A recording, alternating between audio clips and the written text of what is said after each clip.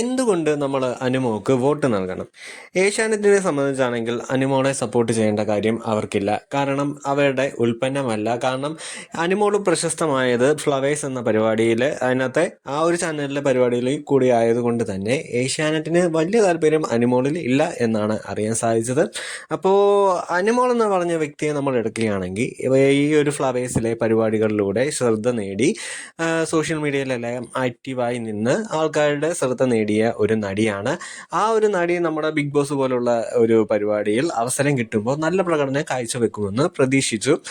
പക്ഷേ എല്ലാവർക്കും ഇഷ്ടം തന്നെയാണ്, അനുമോൾ എന്ന വ്യക്തിയെ എല്ലാവർക്കും ഇഷ്ടം തന്നെയാണ്. പക്ഷേ നല്ലൊരു ഗെയിം കാഴ്ചവെച്ചോ എന്ന് ചോദിച്ചാൽ എന്നെ സംബന്ധിച്ച് എനിക്ക് വ്യക്തിപരമായിട്ട് തോന്നിയിട്ടില്ല.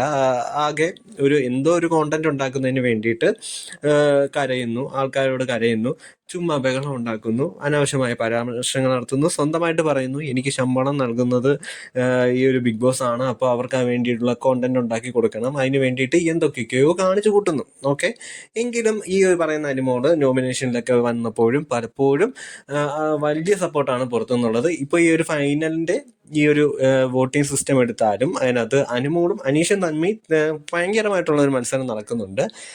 അപ്പോൾ ഒരുപാട് ഈ ഒരു സീസൺ തന്നെ എന്തോ 7ന്റെ പണി എന്ന് പറഞ്ഞ സീസൺ ആയിരുന്നു ബിഗ് ബോസ് സീസൺ 7.